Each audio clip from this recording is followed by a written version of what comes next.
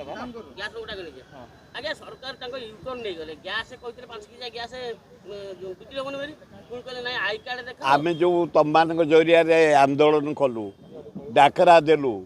ଧମକ ଦେଲୁ ଘେରାଉ କରିବୁ ବୋଲି କହିଲୁ ଏଇଠି କହିଲୁ ଆମେ ଏ ଅପାରଗ ସରକାର ତମେ ଗ୍ୟାସ୍ ଯୋଗାଇ ପାରୁନ ହଷ୍ଟେଲରେ ପିଲାମାନେ ଗ୍ୟାସ୍ 5 କିଲିଆ ନେଇ ବଞ୍ଚୁଛନ୍ତି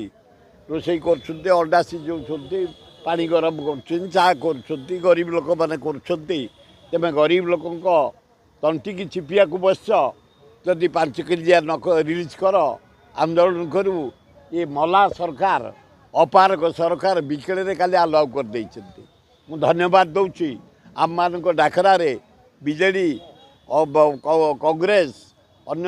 କମ୍ୟୁନିଷ୍ଟ ଯେଉଁ ଡାକରା ଦେଲେ ସେଥିରେ ଭୟଭୀତ ହେଇ ଆଲାଉ କରିଦେଲେ 5 କିଲି ଦେବା ପାଇଁ।